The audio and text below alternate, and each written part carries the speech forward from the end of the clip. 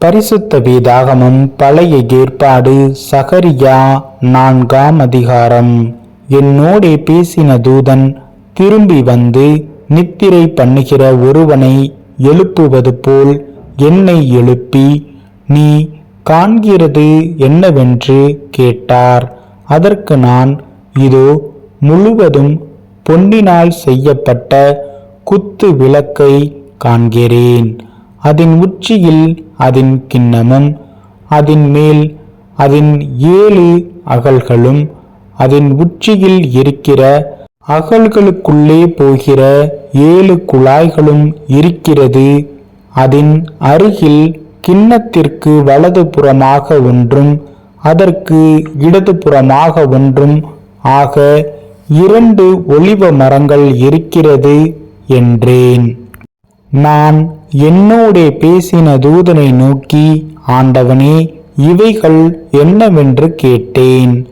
என்னோடே பேசின தூதன் மறுமொழியாக, இவைகள் இன்னதென்று உனக்கு தெரியாதா என்றார். ஆண்டவனே, எனக்கு தெரியாது என்றேன். அப்பொழுது அவர், செருபாபேலுக்கு சொல்லப்படுகிற கர்த்தருடைய வார்த்தை என்னவென்றால், பலத்தினாலும் அல்ல, பராக்கிரமத்தினாலும் அல்ல, என்னுடைய ஆவியினாலே ஆகும் என்று சேனைகளின் கர்த்தர் சொல்லுகிறார்.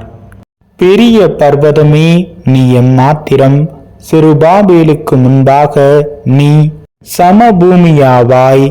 தலைக்கல்லை அவன் கொண்டு வருவான், அதற்கு கிருபையுண்டாவதாக, கிருபையுண்டாவதாக என்று ஆர்ப்பரிப்பார்கள் என்றார். பின்னும் கர்த்தருடைய வார்த்தை எனக்கு உண்டாகி, அவர், செருபாபேலின் கைகள் இந்த ஆலயத்துக்கு அஸ்திபாரம் போட்டது. அவன் கைகளே இதை முடித்து தீர்க்கும். அதனால் சேனைகளின் கர்த்தர் என்னை உங்களிடத்திற்கு அனுப்பினார் என்று அறிவாய். அற்பமான ஆரம்பத்தின் நாளை யார் அசட்டை பண்ணலாம்? பூமி எங்கும் சுற்றி பார்க்கிறவைகளாகிய கர்த்தருடைய 7 கண்களும் செருபாபேலின் கையில் இருக்கிற தூக்கு நூலை சந்தோஷமாய் பார்க்கிறது என்றார்.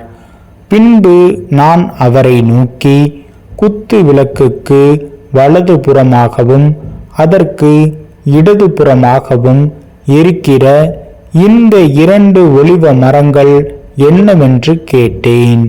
மறுபடியும் நான் அவரை நோக்கி, 2 பொற்குழாய்களின் வழியாய் தொங்கி பொன்னிறமான எண்ணெயை தங்களிலிருந்து இறங்க பண்ணுகிறவைகளாகிய ஒலிவ மரங்களின் 2 கிளைகள் என்னவென்று கேட்டேன். அதற்கு அவர், இவைகள் இன்னதென்று உனக்கு தெரியாதா என்றார். ஆண்டவனே, எனக்கு தெரியாது என்றேன். அப்பொழுது அவர், இவைகள் 2ம் சர்வலோகத்துக்கும் ஆண்டவராயிருக்கிறவரின் சமூகத்தில் நிற்கிற அபிஷேகம் பெற்றவர்கள் என்றார்.